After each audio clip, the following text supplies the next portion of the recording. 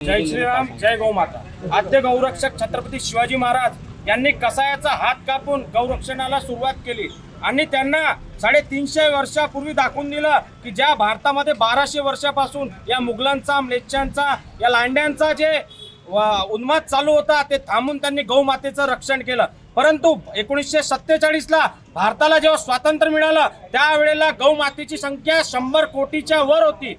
परंतु आज भारताला स्वातंत्र्य मिळून सुद्धा आज भारतमध्ये हिंदू हा बहुसंख्यांक आहे, तरी सुद्धा भारतामध्ये दररोज 50,000 गौमाता कत्तली केली जातात, तस्कऱ्या केल्या जातात। आणि या तस्करी पाठीमागं कोण आहे तुम्हाला सांगायचं काम नाही। हे जिहादी वृत्तीचे कसाई आणि यांना साथ देणारे काही आपले गद्दार हे संगमत करून गौमातेला दररोज कापतायत।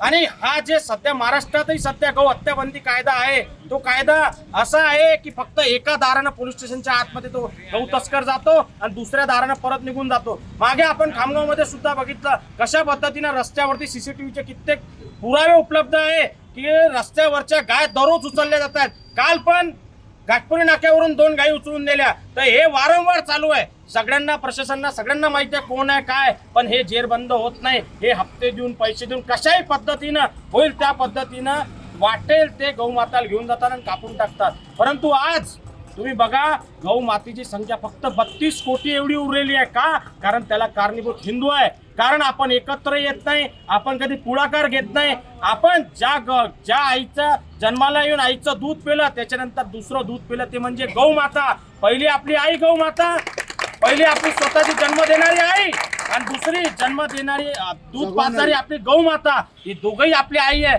पण त्या आईचं ऋण आपण विसरत चाललेलो आहे। त्याच्यामुळे गौमातेची हत्या चालू आहे। तर आज संपूर्ण भारतामध्ये 55 तालुक्यामध्ये प्रत्येक ठिकाणी प्रत्येक तहसीलवरती आज सकाळी 10 वाजता निवेदन देण्यात आलं। हे निवेदन सगळं संत समाज, गौरक्षक, हिंदुत्ववादी, गौपालक यांनी मिळून दिलेलं आहे। हे कशाकरिता दिलंय? यांनी दिलेले गौमातेला राष्ट्रमाता करा, एक देश एक कायदा करा, गौ हत्या बंदी कायदा संपूर्ण भारतात राबवा, जेणेकरून जे गौ तस्करी करणारे, गौ हत्या करणारे यांच्या विरुद्ध कठोर कारवाई होईल। आणि हे जे कठोर कारवाई होईल तर आत्ताची शिक्षा आहे, आत्ताच्या जे गौ हत्या बंदी महाराष्ट्रात कायदा आहे लागू त्याच्या 3 वर्षाची शिक्षा आहे। परंतु पुढे भविष्यात जे कायदा लागू होईल त्याच्या 10 वर्षाची शिक्षा कमीत कमी राहावी।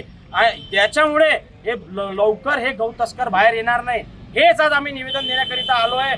मान्य उपविभागीय अधिकारी यांच्या माध्यमातून भारताचे महामहिम राष्ट्रपती, पंतप्रधान, महाराष्ट्र राज्याचे मुख्यमंत्री आणि राज्यपाल यांना आज निवेदन सादर केलेलं आहे की गौ हत्या बंदी कायदा पूर्ण भारतात लागू व्हावा, गौमातेला राष्ट्रमाता करावा। धन्यवाद। जय श्रीराम।